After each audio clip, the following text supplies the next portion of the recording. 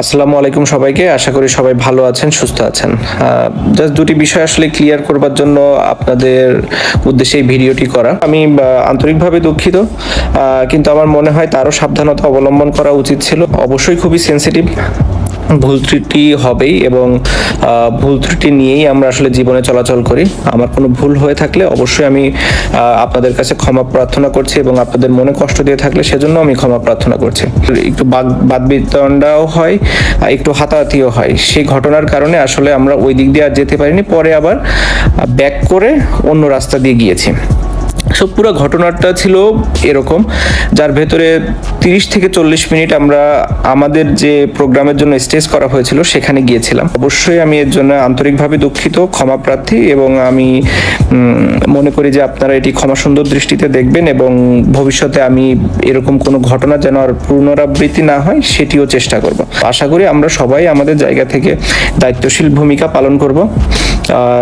আমি তারপরেও আবারও ক্ষমা চেয়ে নিচ্ছি আপনাদের সকলের কাছ থেকে এবং আমি চেষ্টা করব নিজের জায়গা থেকে দায়িত্বশীল ভূমিকা পালন করার। Yeah, so here I'm here in Barbados in Hilton Hotel, where there is a lot of memories I have here since 2007 when I come first time here in West Indies to play the World Cup. I'm sure whoever was part of that team will remember this place as long they live. আশা করি সবাই ভালো আছেন।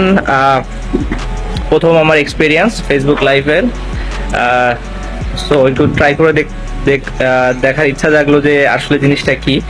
তো অনেকে এখন message করা শুরু করছেন, সাকিব ভাই কি অবস্থা? হ্যাঁ, আমি ভালোই আছি।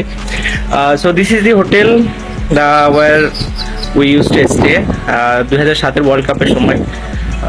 আমাদের অনেক ভালো মেমোরি আছে। আমাদের পুরো টিমের জন্য এটা একটা স্পেশাল জায়গা। আমরা সবাই এই জায়গাটায় অনেক হার্ডওয়ার্ক করছি, ভালো পারফর্মও করছে, অনেকে টিম হিসাবেও করছি।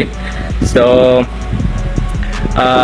মজাই লাগে যখনই এখানে আসি। এরপরেও বেশ কয়েকবার আসার সুযোগ হয় আমার এখানে। তো সবাইকে একটু জাস্ট দেখাতে চাই ভিউ। কিছুক্ষণ আগে হয়তো আমি এটা পোস্ট করেছি।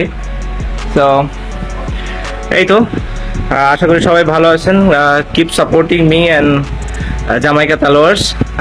এখন যেহেতু আমি সিপিএল এর জন্য আছি, আশা করি ভালো একটা সময় কাটবে এখানে আর আমি কন্ট্রিবিউট করতে পারবো টিমের জন্য।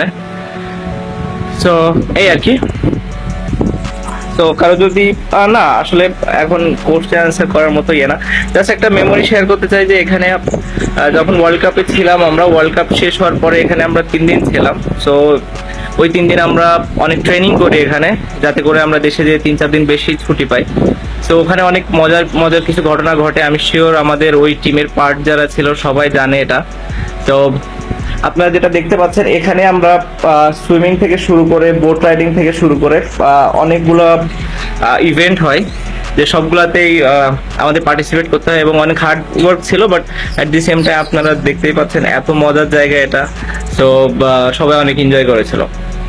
তো এটাই হচ্ছে হিলটন হোটেলের ফার্স্ট এক্সপিরিয়েন্স। আমি আবার চেষ্টা করবো আপনাদের আরো বেশ কিছু, যেহেতু এখানে অনেকগুলো আইল্যান্ড এবং বেশিরভাগগুলোতে যাওয়া হবে, তো চেষ্টা করবো যে আপনাদের সাথে আমার মেমোরিগুলো শেয়ার করতে পারি এবং ন্যাশনাল টিমের সাথে যেসব মেমোরি আছে চেষ্টা করবো ওগুলো শেয়ার করার জন্য।